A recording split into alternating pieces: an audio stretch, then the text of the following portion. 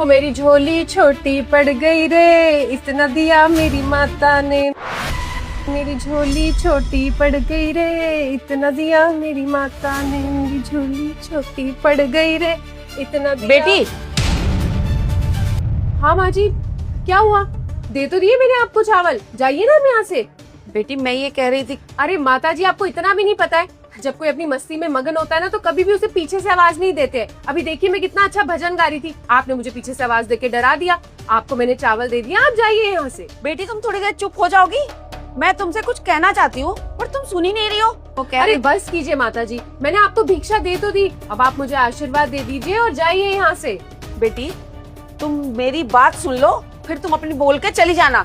मैं तब से तुमसे कुछ कहना चाह रही हूँ पर तुम होगी बोले ही जा रही हो, बोले ही जा रही हो। 2 मिनट मेरी बात सुन लो। अच्छा माता जी, तो अब आप मुझे बताएंगी कि मुझे कितना बोलना चाहिए और कितना नहीं।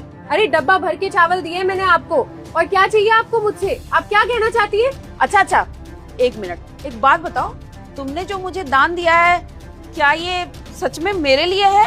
ये कैसी बात हुई माता जी? आपकी झोली में मैंने भिक्षा डाली है तो ये आप ही का तो हुआ ना, आपसे वापस थोड़ा ना छीनूंगी मैं। क्या हो गया आपको? बेटी तुम मेरी बात समझ नहीं रही हो। देखो मेरा क्या है, मुझे तो तुमने दान दिया है, मैं तो चली जाऊंगी, लेकिन उसके बाद तुम्हारे साथ क्या होगा ये तुम समझ नहीं पा रही हो। मैं तुमसे कुछ कहना चाहती हूँ। बस कीजिए माता जी, अब ना मुझे सब समझ में आ रहा है। आपको पक्का मुझसे पैसे चाहिए होंगे। अरे नहीं है मेरे पास पैसे, जो था ना वो मैंने दे दिया आपको। डब्बा भर के चावल दिए, कितने दिनों का गुजारा हो जाएगा आपका? और आप है कि पैसों के पीछे पड़ी है। मेरे पति अभी घर पे नहीं है, मैं पैसे नहीं दे सकती, जो था वो दे दिया है, जाइए यहाँ से। बेटी देखो, ठीक है तुमने मुझे दान दे दिया, अब मैं ये लेके चली जाऊंगी तो ये दान मेरा हुआ। तुम्हें पता है मैं ना एक संस्था चलाती हूँ जहाँ पे छोटे भूखे गरीब वृद्ध लोग सब आते हैं, वहाँ उस संस्था में बैठ के खाना खाते हैं और वो आशीर्वाद देते हैं, तब वो आशीर्वाद आप जैसे लोगों को लगती है।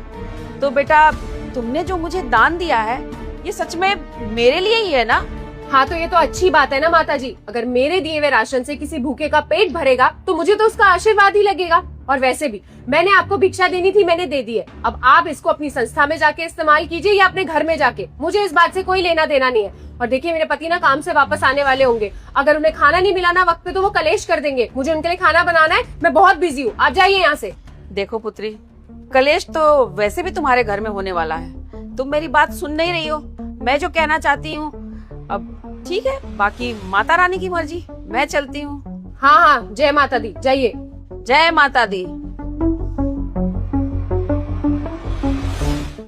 श्योर सर, शाम तक पेमेंट हो जाएगी आपकी सारी।